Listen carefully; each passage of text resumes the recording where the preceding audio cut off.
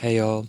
So Neptune just met up with the North Node in Pisces, and that's something I really want to talk to you about today, along with a few other things. One of them being that Jupiter is direct, the other that Uranus also went direct, and we're still in this Mars retrograde period.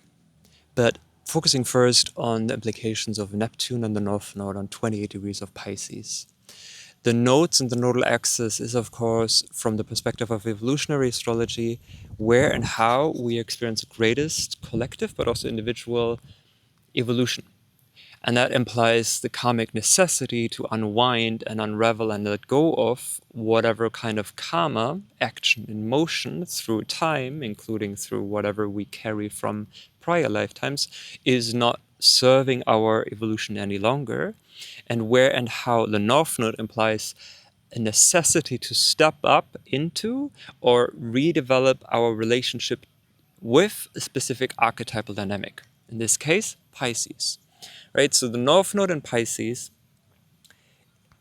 meeting Neptune, which modern system would say have a co-rulership or at least a very strong affinity to the archetype of Pisces and the dynamics of the Piscean realm, which are by their own very nature the hardest to put into words because they're very far beyond ultimately this limited linear time-space reality. Pisces is the invisible field which is everywhere, but you can't touch it. You can't see it, but you are an integral part of it, right? So Pisces invokes these lessons of surrender and grace, of trust and forgiveness, of faith and belief, which in many ways are very similar to the dynamics of Neptune. And then we also have to consider, of course, that this is happening at the very end of Pisces, which is the degrees that Saturn will now move towards too. Saturn will move back and forth over those degrees once it's retrograde, but first it'll enter Aries, just like Neptune, and then go retrograde back into Pisces. And then even the next 2-3 months, these degrees will be incredibly active, because by beginning of March, Venus will go retrograde, showing a huge relational shift, because Venus will also go retrograde from early Aries back to Pisces, covering those same degrees 3 times in her journey, in her underworld journey, in our underworld journey. And Mercury will do so at the same time, so it'll be a very loaded retrograde period there, especially because Saturn and Neptune are getting ready and about to change from Pisces, the last sign of the zodiac, the last sign of the integration of consciousness into the universal whole again, into the emergence of a self, which Aries talks about, right? The first sign of the zodiac, where and how we find a spark and initiative drive to be and to proclaim that beingness as an individual presence, which is very opposed to Pisces, which wants to merge with everything and everybody and is this longing for transcendence and unity. So anyhow, Neptune and the North Node meeting up here, implying that there's this collective focus, which we will feel very much personally also, on coming into these higher Piscean energies, and one of the primary ones being trust and faith, right? And with that comes surrender. Surrendering to something which we can't touch, we can't explain. It's not necessarily logical, at least not in the way that the Western materialistic thinking goes. But yet we have to ultimately surrender to it, because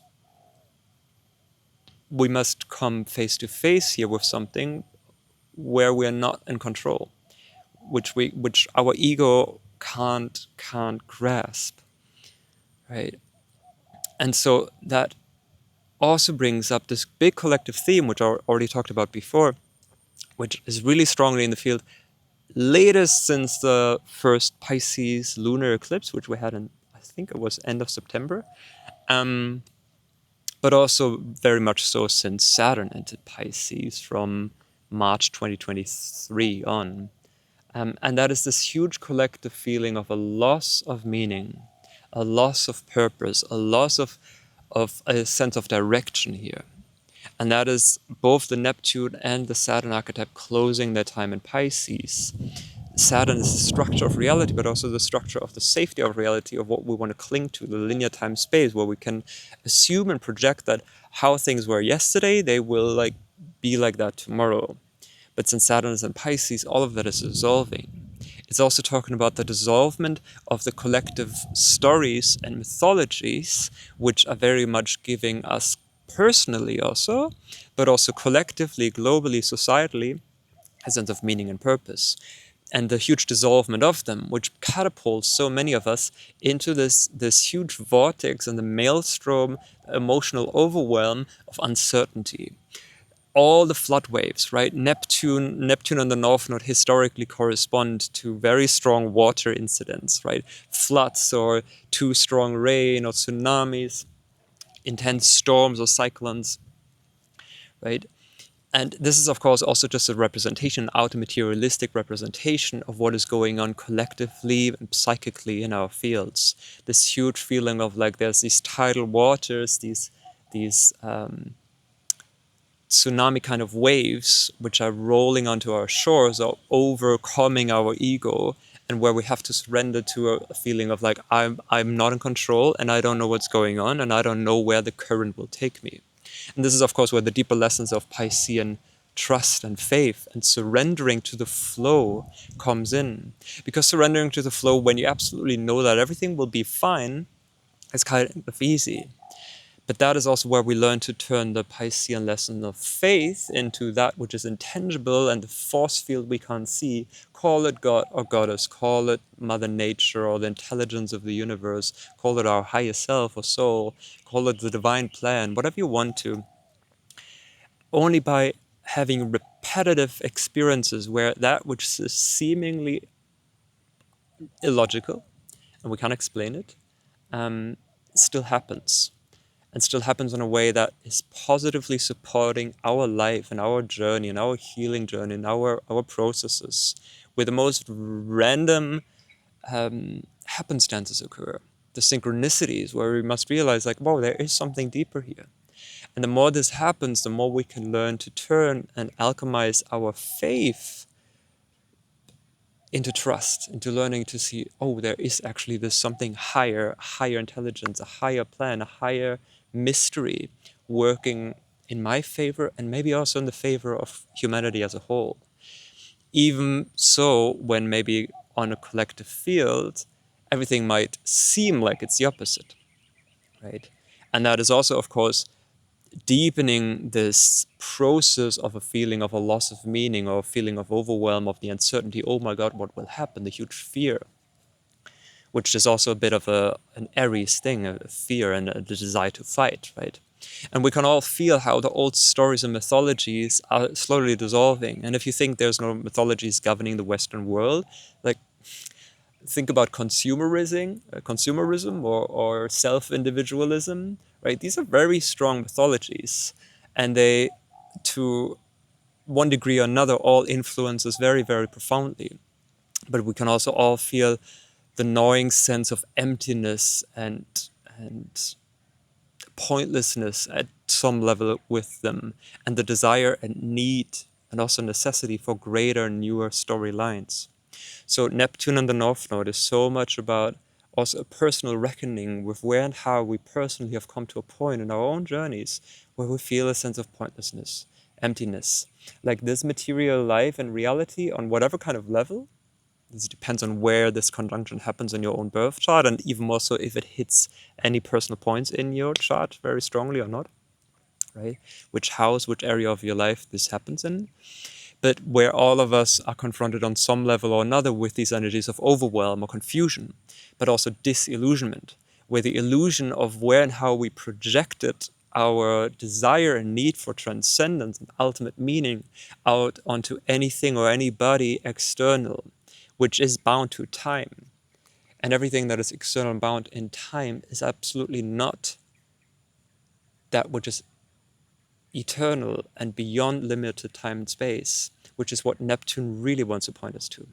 So the disillusionment, as painful as it might be, is also the freeing of the illusions that we were under.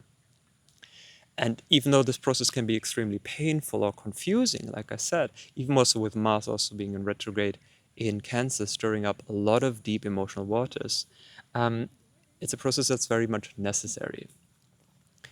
It's a process that's very much necessary in order to help us come into deeper alignment with the truth of what is actually present. And that's another big thing with this Neptune North Node, is a true acceptance of reality as it is.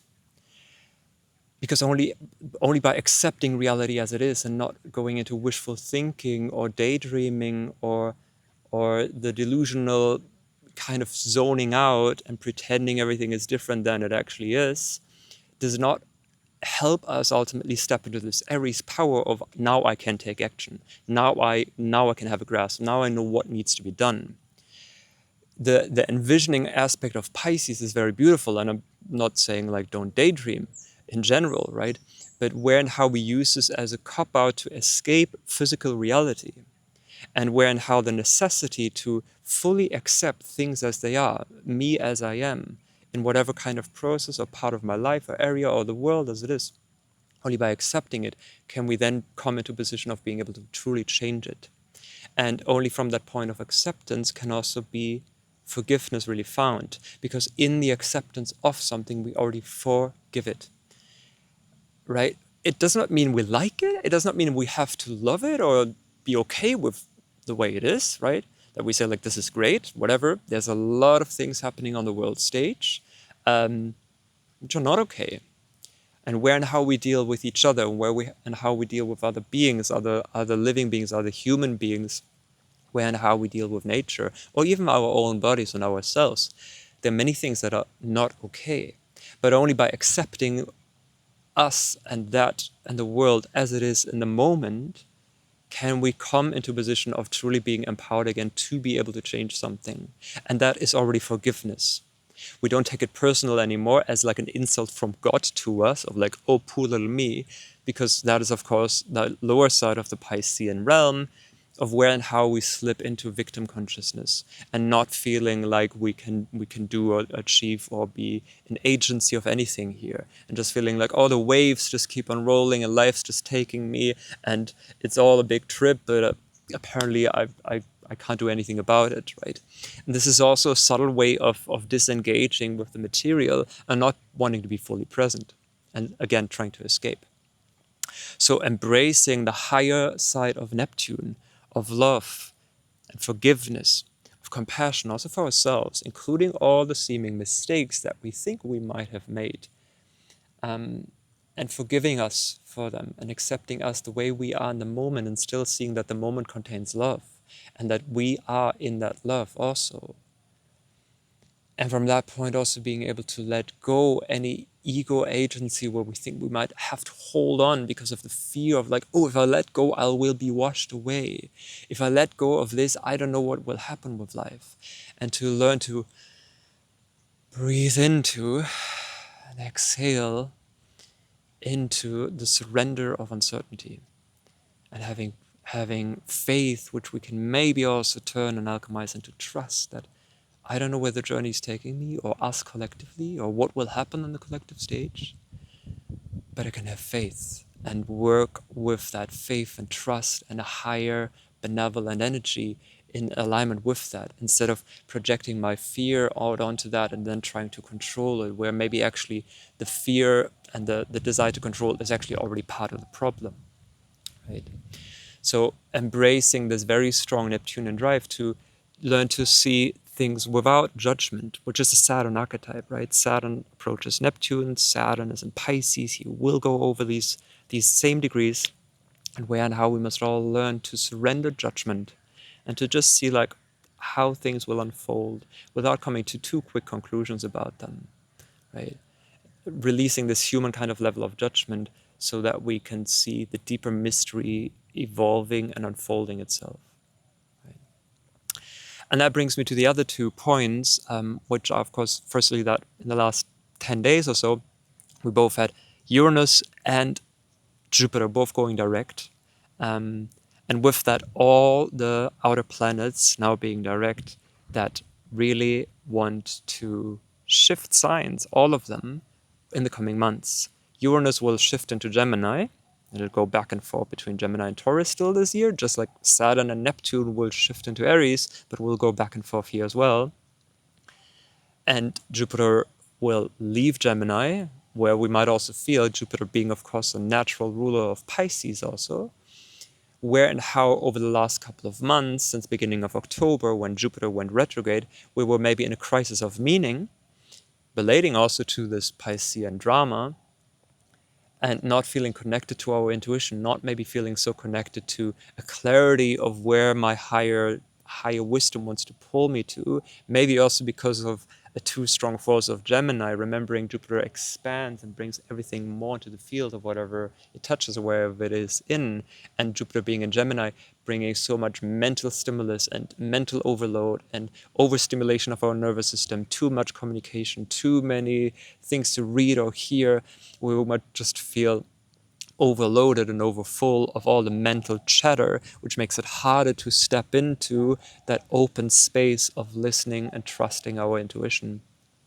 And Jupiter now turning direct, implying where and how we can now embrace a higher side of intuition, coupled with the logic and ratio and kind of left brain ability and intelligence of bringing the true facts, the right facts, the information and conversations and people that are serving that greater Jupiterian vision that we want to aim forward together in a coherent whole, and maybe a re-emergence of a sense of optimism or joy or ease that we may have felt like lacking in our lives.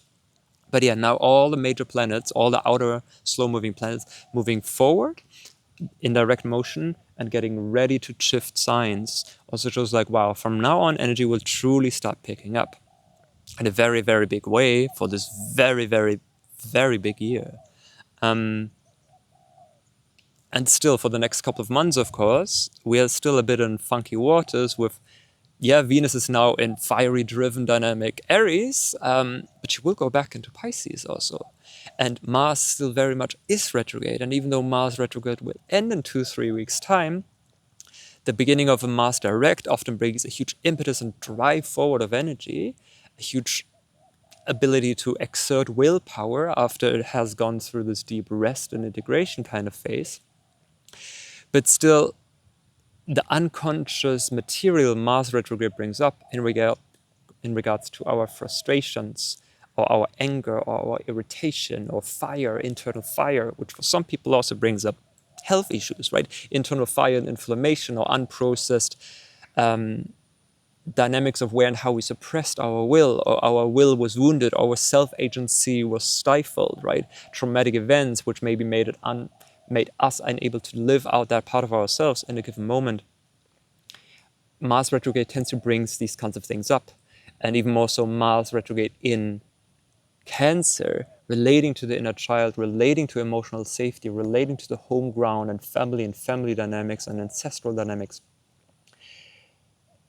It's not all over when Mars is direct, but only in the direct phase of Mars will be the integration and the slow approximation of truly learning to understand all the material that the Mars retrograde has brought up since its station retrograde beginning of November. No, beginning of December, sorry. It slowed down beginning of November, so we might have very much felt it since then, but truly since beginning of December. So still the next weeks, even though all the outer planets push forward now, Mars and Venus and Mercury being retrograde or being about to be retrograde from early March on, Venus and Mercury, still signaling that the next couple of months will be kind of funky, right? A lot of like deep emotional undercurrents, which also want to, on a personal level, help us dissolve all kinds of old stories so that we're really ready to integrate these new big timelines, these new big energies, these new big kinds of consciousnesses that really wants to rise once Saturn and Neptune enter Aries, once Uranus enters Gemini, right? And then Jupiter will also go into Cancer, where Jupiter is exalted. Jupiter is in fall in Gemini because it's ruling the opposite sign of Sagittarius, right? The vision and the higher drive. And Gemini is all about the facts. Sagittarius is seeing the entire forest, but Gemini is about seeing all the individual trees. So Jupiter does not feel super comfortable in Gemini, but it does feel very, very good in Cancer, and it's exalted there. So all the major planet shifting signs later this year in a couple of months' time, first Neptune and then Saturn and then Jupiter and then Uranus, all until early July, which is not that long of a time, signaling that the internal preparation process of Mars and Venus retrograde are apparently also very deeply clearing our deeper emotional fields, both of them shifting from fire back into water, Aries to Pisces, and Mars with Leo to Cancer, right? So also be tender, and that's again, of course, full circle, Neptune and the North Node. To be tender, to be graceful, to trust, to release the judgment, also the projections that we give out onto others, because the Mars retrograde and Venus retrograde, they work a lot in the interpersonal field, where we think it's about the other person, and the other person plays that role very well, but in actuality it's also about us. Or not also, but like almost exclusively. So to be tender, but also with the other person, to release the judgment of thinking that we know what actually is going on, and also Jupiter, Gemini, learn to see things from a different angle, from a new perspective, from a different vantage point and viewpoint, so that we don't think we already know it all, or already know what this person is about, or how this situation unfolds or unfolded, and to really stay curious and open-minded. And in all of that, graceful and flowing and trusting and surrendering and yielding to the uncertainty of it all. That might bring up a lot of uncomfortableness. I'm sitting here with my emotions. I'm sitting here with my process. I'm sitting here with my relationship dynamics. Oh my God, this is tough. Oh my God, this is heavy. Oh my God, I want to run away. But to really, like I said, take a deep breath out and allowing it all to be present. And then we can maybe also start to see the mystery of grace, the mystery of love, wanting to reveal itself here, right? And to let go of where and how we projected our ultimate meaning, to accept the disillusionment process, and to find again that access point within our being that realizes that whatever area of life we've got Pisces in, whatever area of life that we maybe feel disillusioned or confused or overwhelmed right now, that already that confusion and disillusionment is the access. It is the gateway. It's a portal to connecting again to something that is truly transcendent, and on that level really deeply healing our soul and bringing us back into a conscious connection with divinity, with love with a capital L, with truth with a capital T, right? And trusting that, instead of getting lost in all the images that are present here on this beautiful, confusing, wonderful plane of human experience on planet Earth right now. So that's it from me. Thank you so much for listening. Little reminder that, of course, you can book one-on-one sessions with me, so we can dive in much deeper on where and how these energies hit, and if they do hit, exactly on what specific points in your own personal life. If you've got strong Neptune transit, end of Pisces, end of Virgo, end of Gemini, end of Sagittarius, any strong placements there in your chart, you will most certainly feel that, very potently so. So I'd be super happy and super honored to explore these energies and how they fit into the plan and unfoldment of your own soul's journey together with you. And apart from that, thank you so much for listening, sending you so much love from this gorgeous rice field in Bali, and see you next time. Bye bye.